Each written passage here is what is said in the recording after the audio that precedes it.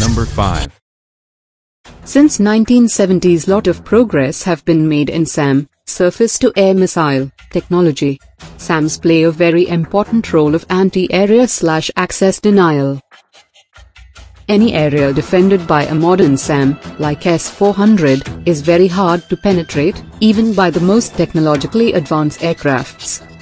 These systems are also economically more viable, as a missile costing $0.2 to $0.8 million can take out a $30 to $50 million plane. To defeat these systems, a new category of air-to-land missile have been developed. They are designated as anti-radiation missile, ARM.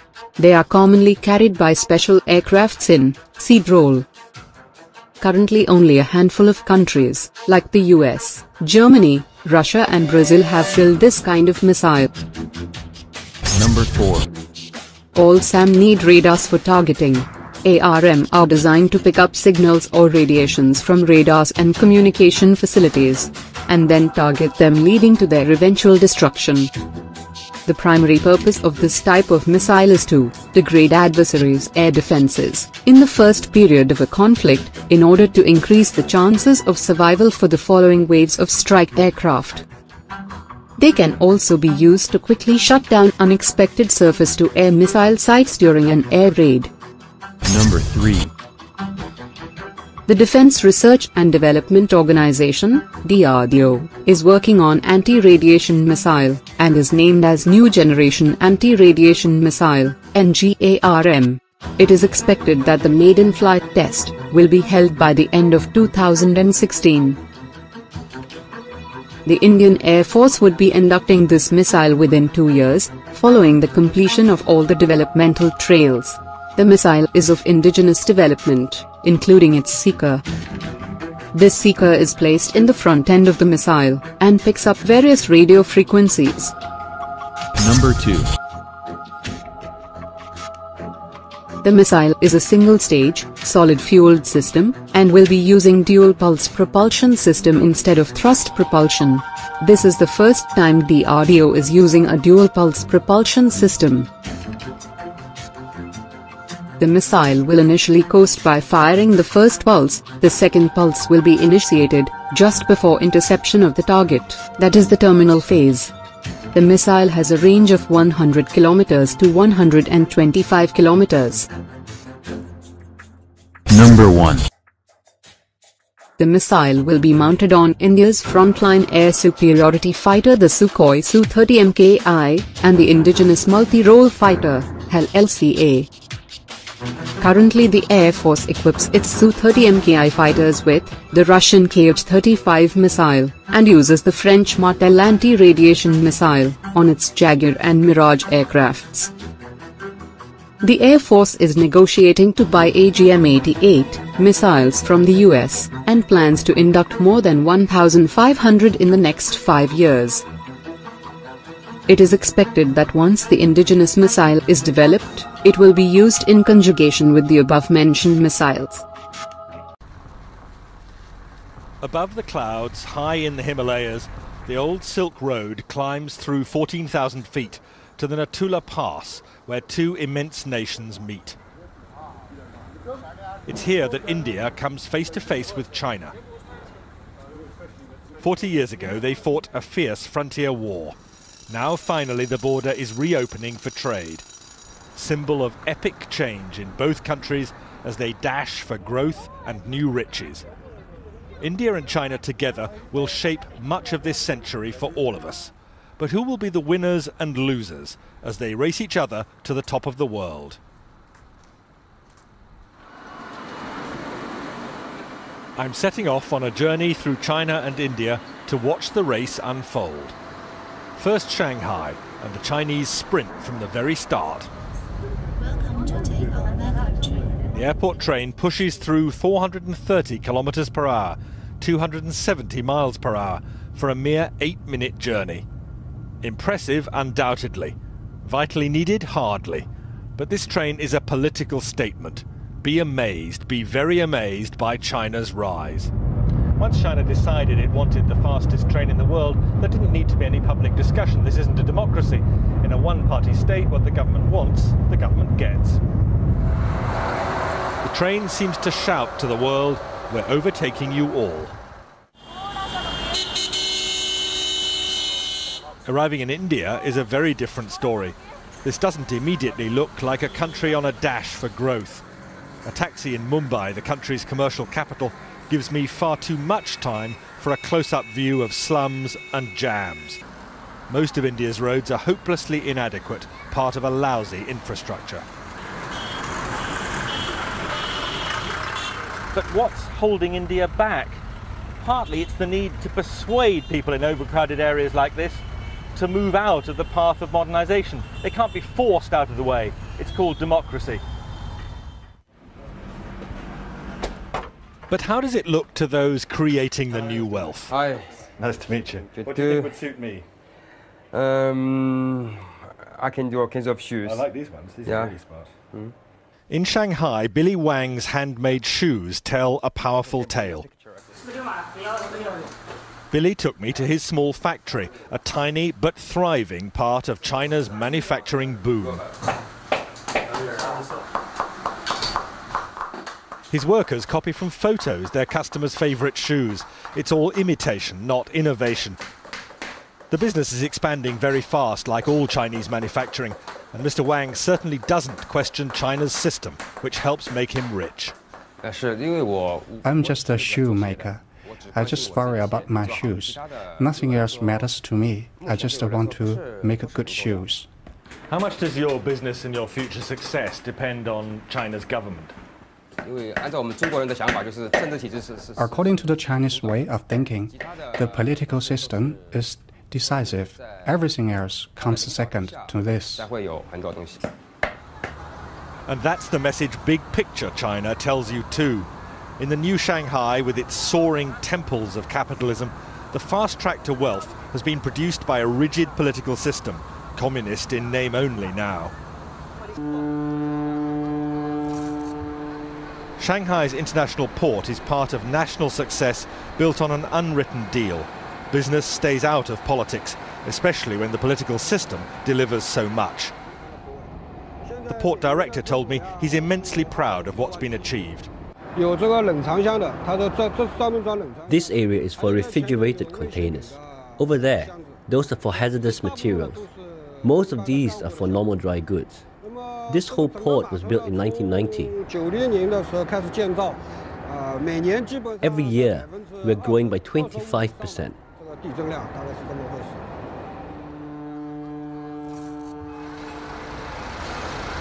More than that, it's largely one-way traffic here. China doesn't buy much overseas, but produces vast quantities of goods for sale. China's achievement is simply staggering. Single-minded, one-party government making clear decisions which mean that China dominates the export world. It's staggering to watch this. Containers coming on and off ships simultaneously, most of them coming into China empty, most of them going out crammed with Chinese exports. This isn't something that should worry just India, it worries economies across the world, a huge trade imbalance. Basically, we have a lot of construction going on right now just before the monsoons. But in India, young risk-takers are not dismayed by China's success. The story of Tarun Tadani in Mumbai is typical. All our designs are basically finalized. Tarun is a man in a hurry to share in India's consumer boom, happening now. Tarun, still only 22, cut short studies in America to create this fashion accessories business. And the emphasis here in his design room, unlike China, is on innovation, not imitation. Here is all our new production. Next door in the workshop, a small team churns out low-cost fashion accessories for eager buyers among India's spreading middle class. Tarun insists India's cheap labour, combined with superior design skills, make a winning formula. We never copy directly. We spend so much time, consistently trying to make new products, new designs, new things out there, finding new trends, just keep developing in new styles. So is this an exciting time to be doing business in India? It's an exciting time because you can see things happening, India is moving very fast, but it's like a boat. But if we can sail or we can even sink. I can't speak for the future, but I can definitely say it is definitely bright. It's a good path, and I think we are on the right track. And big picture India? Well, that stress on skills drives heavy industry too. Here at Mukand Steel, they can't compete with China's bulk bog standard production. Instead, they make only high-value specialist steels, meeting Europe's most exacting standards. I'll tell you, life does not get hotter than this. At the heart of a steelworks in India, midsummer, it's almost unbearable. But the Indians are justifiably proud of what they're doing here, not just competing with huge producers like China with a massive output of bulk commodity steel, but here making some of the world's finest high-grade steel, competing with anything that could be produced in other parts of the industrialized world. Most of this steel meets India's enormous demands, but also goes for export. This is an area of heavy industry where India sees opportunities for massive growth over the next 10 or 15 years, and where the Indians are convinced they have a huge edge over China. Outside, away from the intense heat, I hear some fighting talk from the marketing director. India can catch up and then overtake China. And I don't think China can sustain this kind of high growth rate here for next 3 to 5 years. Is India While India's growth rate for last year was 8.5% GDP, the current year has begun with 9.5% in first 2 months. And I think as we go along, we see acceleration of the growth rate as all the industry segments are.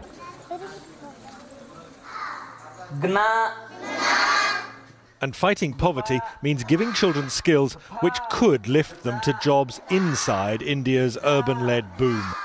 An escape route from very low wages working the land. What would you spend it on? As it is, the headmaster sometimes despairs at the risk of perpetual poverty here. Because uneducated parents, they are not sending their children properly to the school.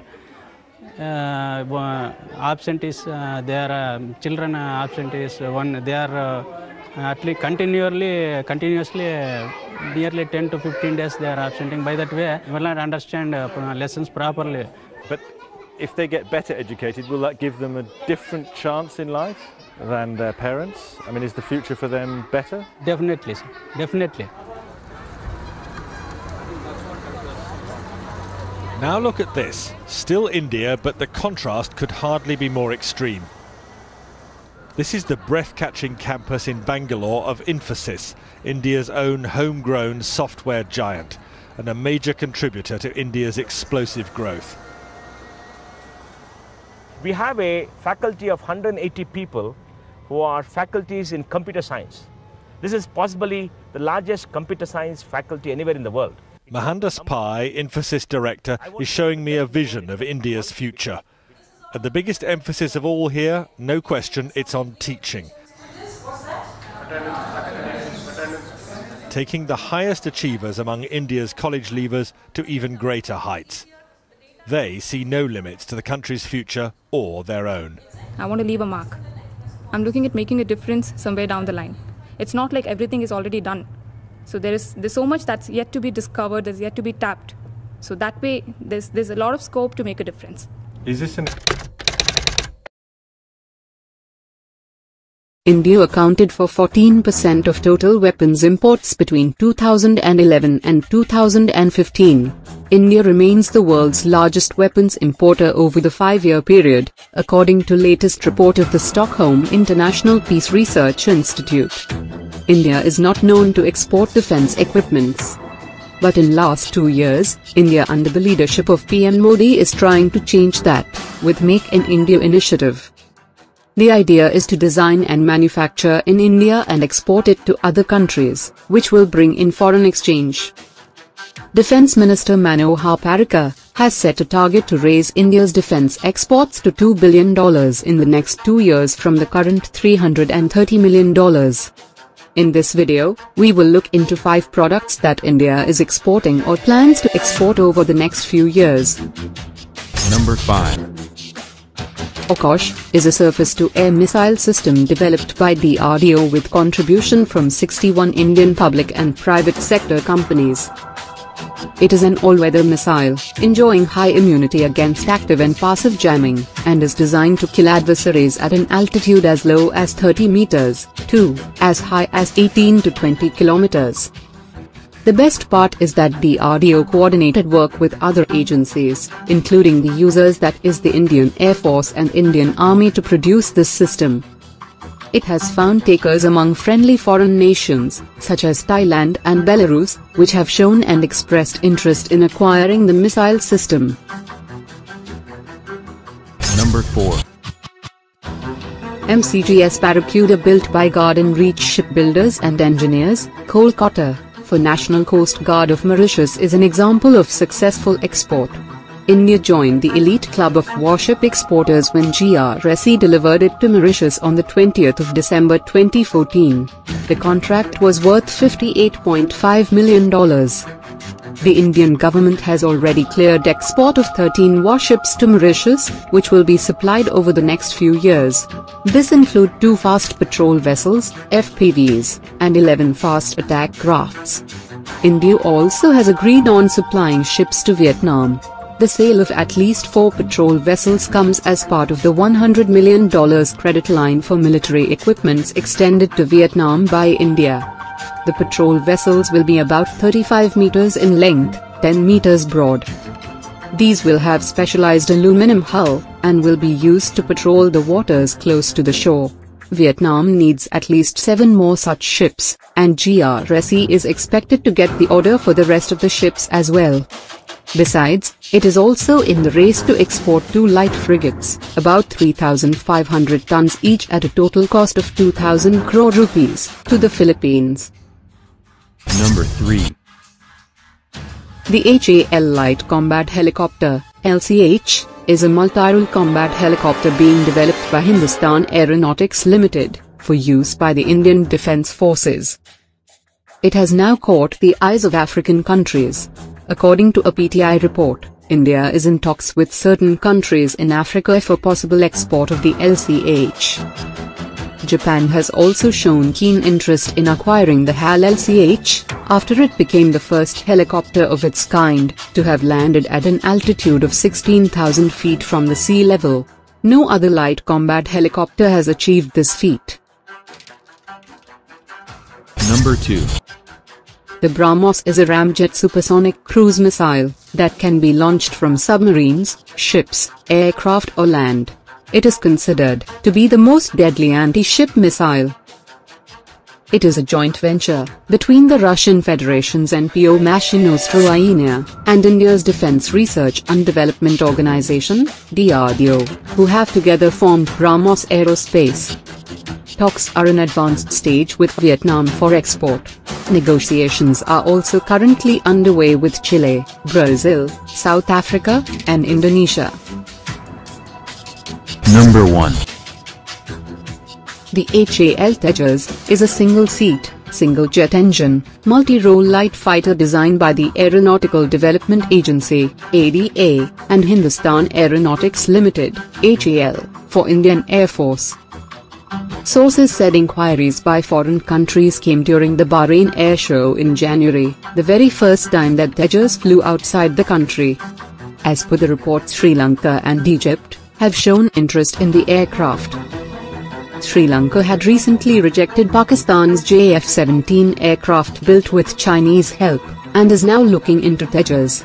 Egypt had last year signed a contract for 24 French-made Rafale fighter jets, and are interested in some multi-role light fighters. Interestingly, soon after the announcement of Tejas' participation in Bahrain, Pakistan had withdrawn its JF-17 aircraft from the show, despite having paid the initial installment, which ran into a few million US.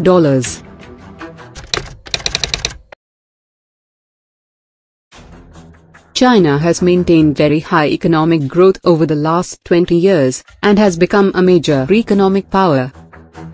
It has spent heavily on military build-up, and modernized its military forces. In recent times, China has been very aggressive in its posturing. South China Sea dispute. China has reclaimed land through artificial methods, and set up airstrip for military use in disputed islands of South China Sea. Brunei, Malaysia, the Philippines, and Vietnam have claims to these islands, but have been shrugged aside by China.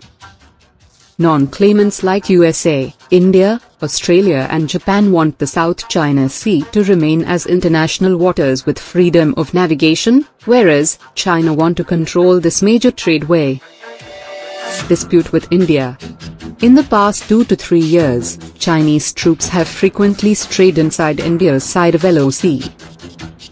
After a number of frequent incursions in Ladakh area, Chinese People's Liberation Army troops have been spotted at forward posts along the LOC on the Pakistani side of Kashmir. Also, they have built up massive infrastructure along the LOC, which can be very useful for troop movement in case of a conflict with India. Here is list of steps taken by USA. 1. The US sailed a guided missile destroyer within 12 nautical miles of the artificial islands, the first in a series of actions planned to assert freedom of navigation in the region. 2. The Pentagon has designed a new strategy for the 21st century, called Air-Sea Battle, a concept that combines air and naval forces to punch through the increasingly formidable defenses of nations like China. 3. An important part of air-sea battle calls for the military to operate from small, bare-bones bases in the Pacific, so that its forces can disperse to in case their main bases are targeted by Chinese ballistic missiles. The idea is to have enough US bases and Air Force capabilities peppered throughout the region, so that China would be too surrounded to safely attack in the event of a conflict. 4. One specific example is Saipan. The USA Air Force will expand the existing Saipan International Airport to accommodate cargo, fighter, and tanker aircraft, along with up to 700 support personnel. 5. In addition to Saipan, the Air Force plans to send aircraft on regular deployments to bases ranging from Australia to India as part of its bulked-up force in the Pacific. These plans include regular deployments to Royal Australian Air Force bases at Darwin and Tyndall, Changi East Air Base in Singapore, Korat Air Base in Thailand, Trivandrum in India. Other possible bases include Kubai Point and Puerto Princesa in the Philippines, and airfields in Indonesia and Malaysia. Here is list of steps taken by India. 1. From roads to military equipments, India is upgrading its defenses along Indo-China border.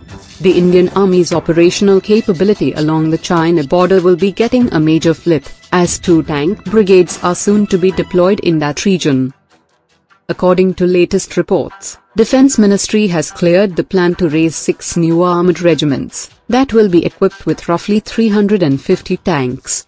In addition, 3 mechanized infantry battalions will be raised, with 180 BMP-2 infantry combat vehicles. 2. Defense Ministry has also approved the induction of a 3rd regiment of BrahMos for deployment in northeastern sector along the China border. The BrahMos is a ramjet supersonic cruise missile having a range of 290 kilometers. Each regiment of BrahMos consists of around 65 missiles, 5 mobile autonomous launchers and supporting equipment. 3. India and the United States have agreed in principle to share military logistics. Washington and New Delhi have largely agreed to the terms of a new agreement that allows the 2 militaries to use each other's land, air and naval bases for resupplies, repair and rest. 4. India is ramping up its submarine fleet. India plans to induct about 20 new submarines in the next few years. Some of these submarines will be armed with indigenous K-4 missile for nuclear strike. To know more, see above cards. 5. India is participating in Exercise Malabar, a trilateral naval exercise involving the United States and Japan. Originally a bilateral exercise between India and the US, Japan became a permanent partner in 2000. Despite the statement by a top US Navy officer that Malabar was not directly aimed at China, there is very little doubt about who is the target. The exercise is conducted only about 400 kilometers from the contested Senkaku Islands. Scenarios include hunting for Chinese submarines, ships and countering hostile Chinese Navy. 6. India is providing active help to Vietnam, which is hotly contesting the South China Sea dispute against China. India has agreed on supplying ships to Vietnam. The sale of at least 4 patrol vessels comes as part of the $100 million credit line for military equipments extended to Vietnam by India. Vietnam needs at least 7 more such ships, and Indian PSU, GRSE is expected to get the order for the rest of the ships as well. Talks are in advanced stage with Vietnam for export of BrahMos. BrahMos, considered to be the most deadly anti-ship missile, will be very helpful for Vietnam in countering the Chinese Navy in the event of a conflict. 7. Like Vietnam, India is providing support to the Philippines, which is also party to the South China Sea dispute against China. India has agreed to export 2 light frigates, about 3,500 tons each at a total cost of 2,000 crore rupees to them. 8. India has activated a new data reception and tracking station in Vietnam. It has been linked with another station in Indonesia. Used to quickly shut down unexpected surface-to-air missile sites during an air raid. Number 3. The Defense Research and Development Organization, DRDO, is working on anti-radiation missile, and is named as New Generation Anti-Radiation Missile, NGARM. It is expected that the maiden flight test will be held by the end of 2016. The Indian Air Force would be inducting this missile within 2 years, following the completion of all the developmental trails. The missile is of indigenous development, including its seeker. This seeker is placed in the front end of the missile, and picks up various radio frequencies. Number 2.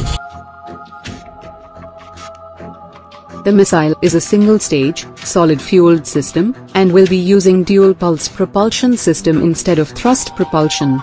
This is the first time DRDO is using a dual-pulse propulsion system. The missile will initially coast by firing the first pulse. The second pulse will be initiated just before interception of the target, that is the terminal phase. The missile has a range of 100 km to 125 km. Number 1. The missile will be mounted on India's frontline air superiority fighter the Sukhoi Su-30 Mki, and the indigenous multi-role fighter, HAL-LCA.